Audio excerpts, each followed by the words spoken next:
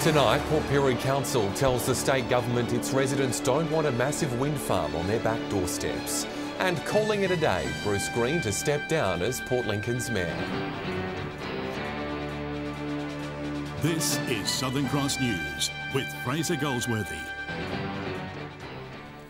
Good evening, but first tonight, emergency crews have been called to a car accident in Port Lincoln late this afternoon when a vehicle ploughed into the local RAA building.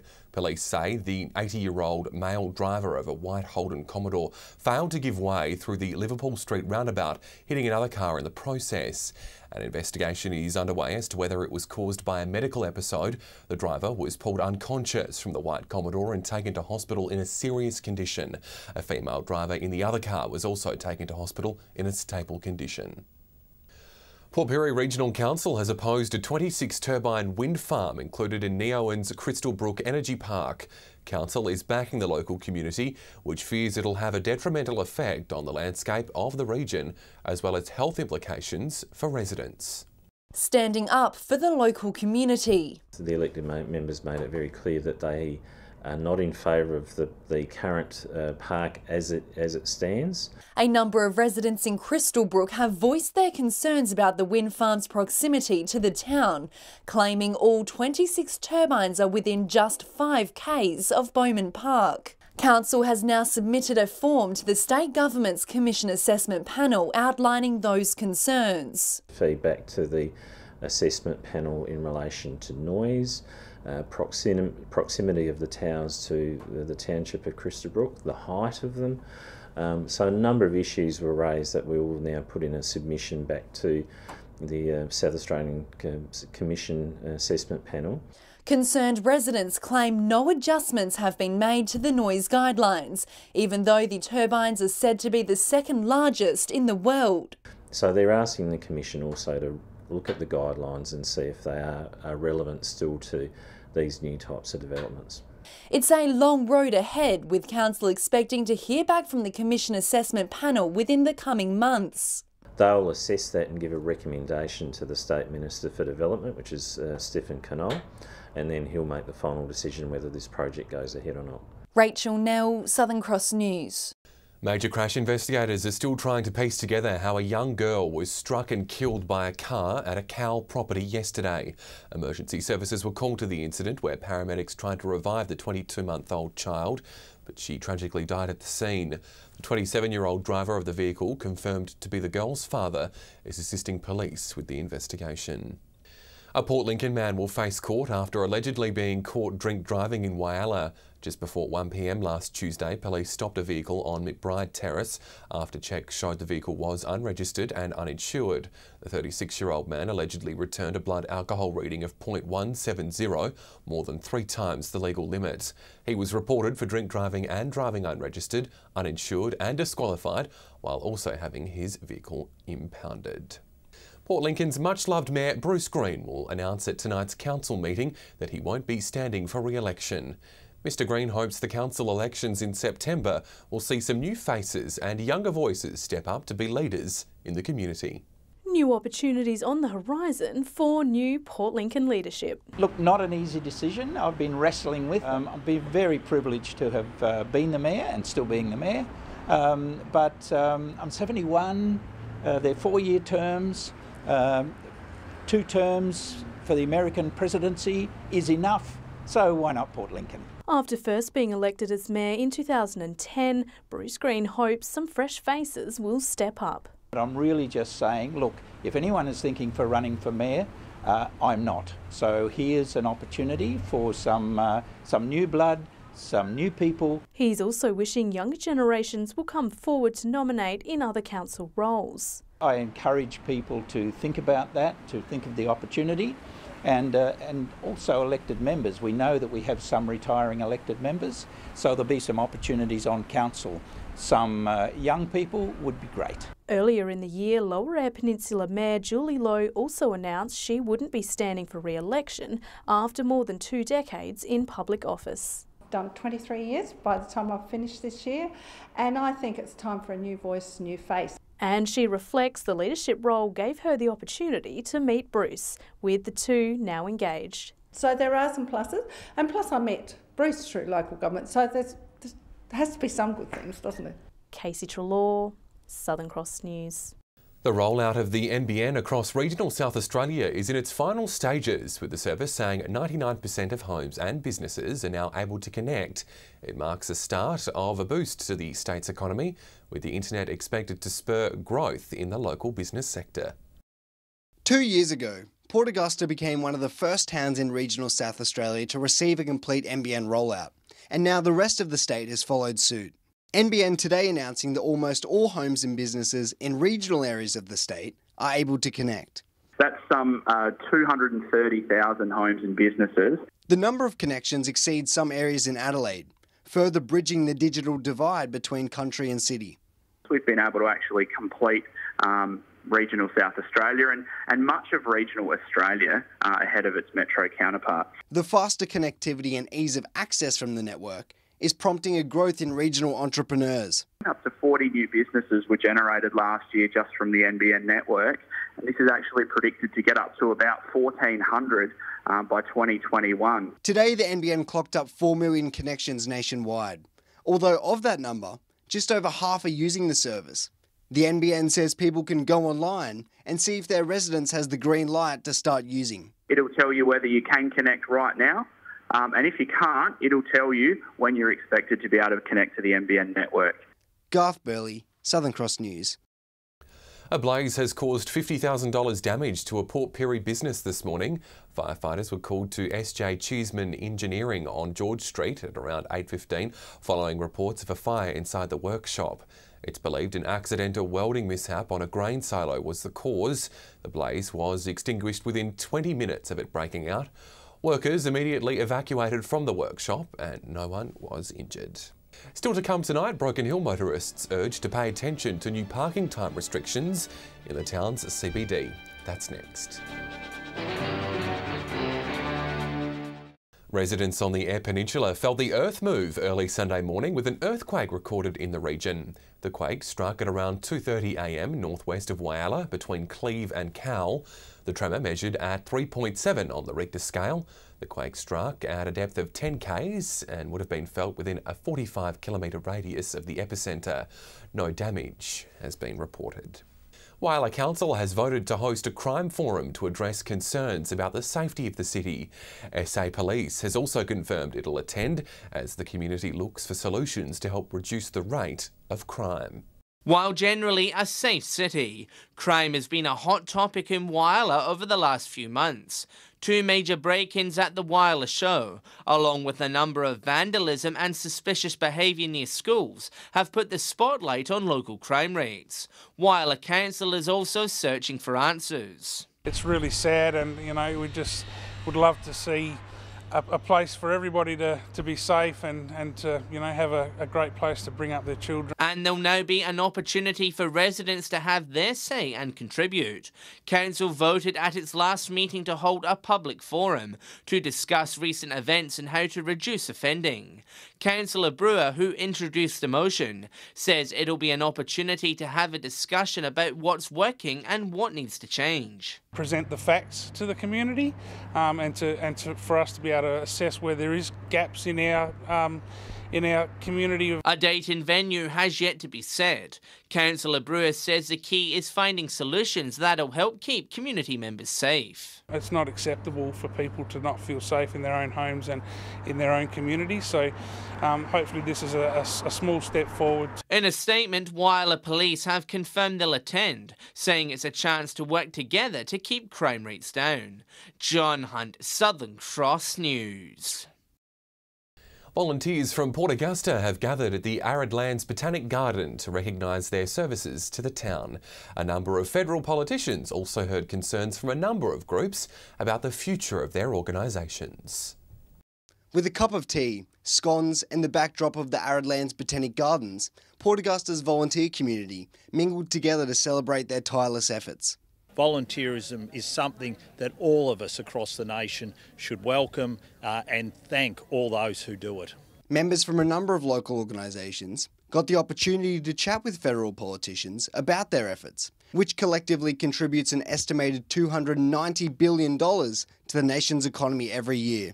We cannot measure what else it provides in terms of that sense of self and also what it brings to communities. Though amidst the celebration of their services, they all face an underlying problem. We need young volunteers badly.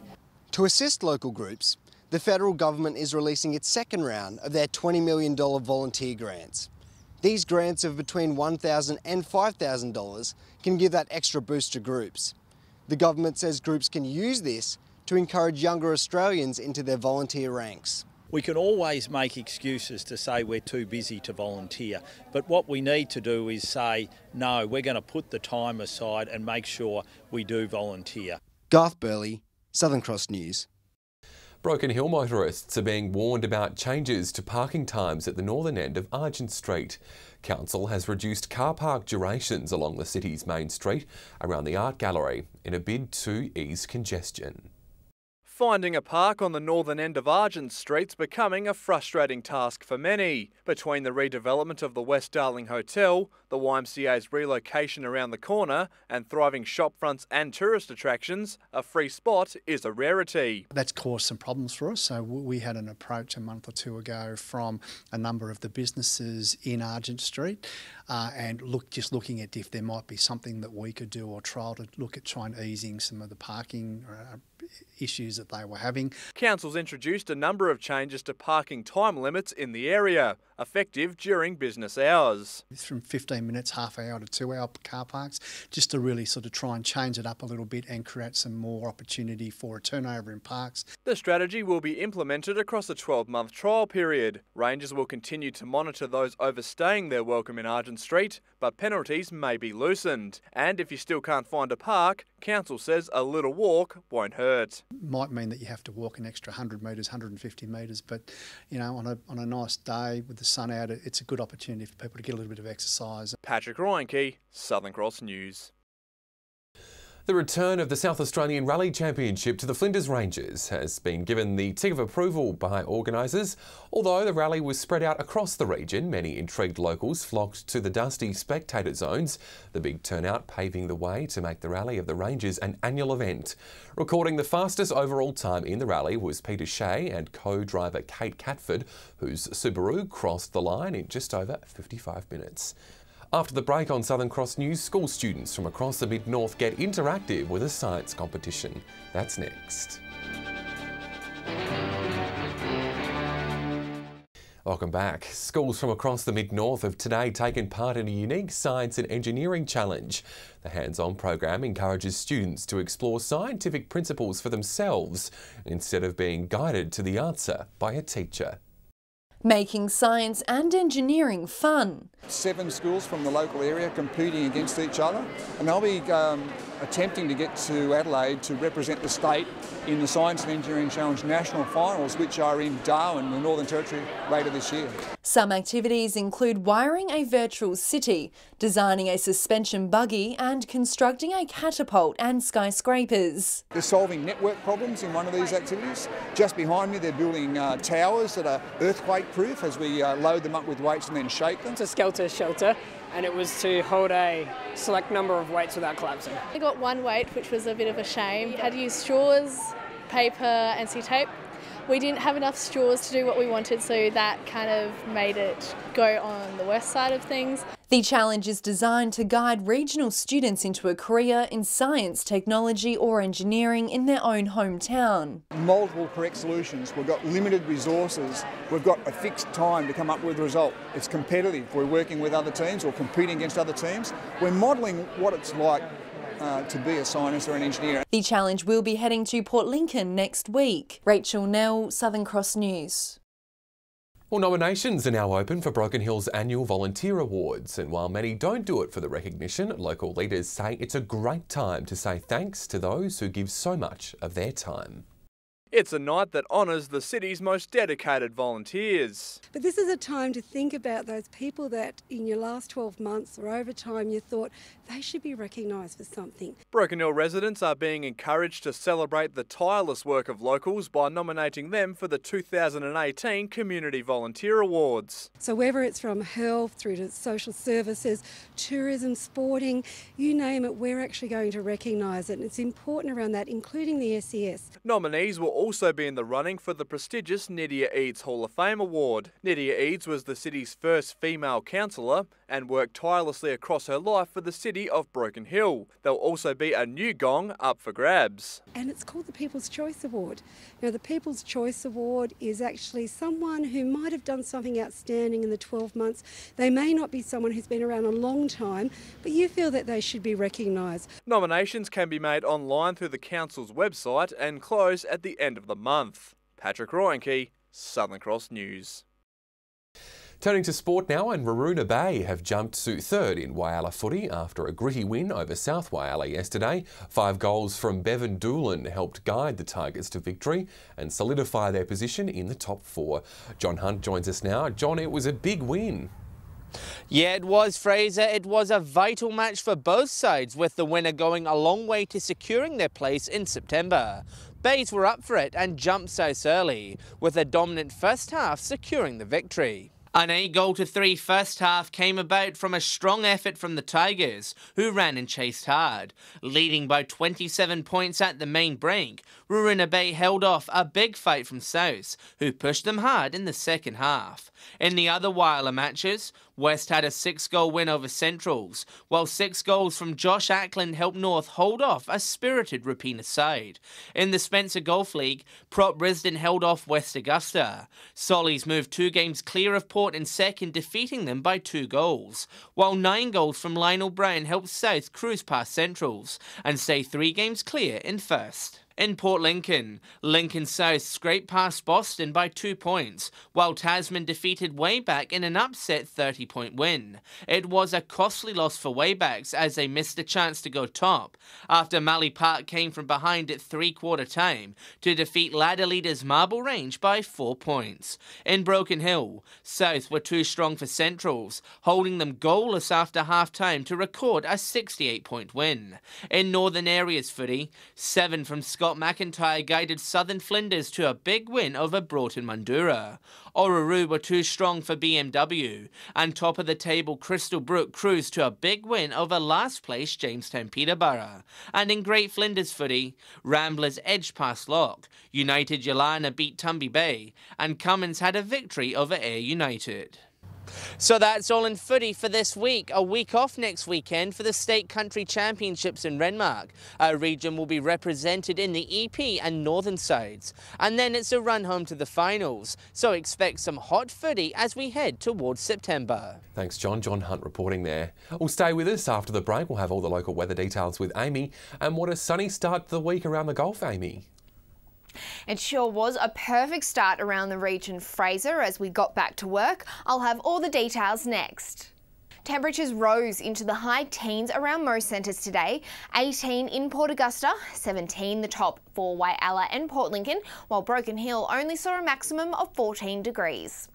On the satellite, and high cloud over central and eastern parts isn't producing any rain, while the high pressure ridge is continuing to keep skies largely clear elsewhere. If you're out on the waters tomorrow, there will be strong northerly winds which will pick up to 30 knots, with seas reaching 1.5 metres. If you're out early enough to catch the sunrise, that'll be at 7:25, while sunset is at 5:21. Looking at tomorrow's forecast, and it is set to warm up slightly around most districts, a high of 20 in Port Augusta and Corn, Woodna reaching 21, while maximums will sit a degree or 2 cooler in other parts. Despite the warmer days, Port Lincoln could see some showers develop towards the end of the week, with similar conditions expected in Cleve. Maximums will hit 21 in Woodna before coming back down into the high teens by Friday. Possible showers will clear by Friday in Whyalla, while Port Augusta is in for a run of sunny fine days and highs of 22 midweek. Meanwhile, temperatures will sit in the mid to high teens in Kadina, with a fine 16 predicted to end the week. Port Pirie reaching 21 degrees on Wednesday, however rain could develop by Thursday. Clare will hit 13 on Friday as showers stick around. And in Broken Hill, nothing but sunshine throughout the week and a high of 22 on Thursday. So Fraser, although there is the chance of some light showers, it's looking like we'll enjoy sunshine for most of this week. A great week ahead. Thanks, Amy. And that's the news this Monday. Thanks for your company. I'll have updates later. Until then, enjoy your evening. Good night.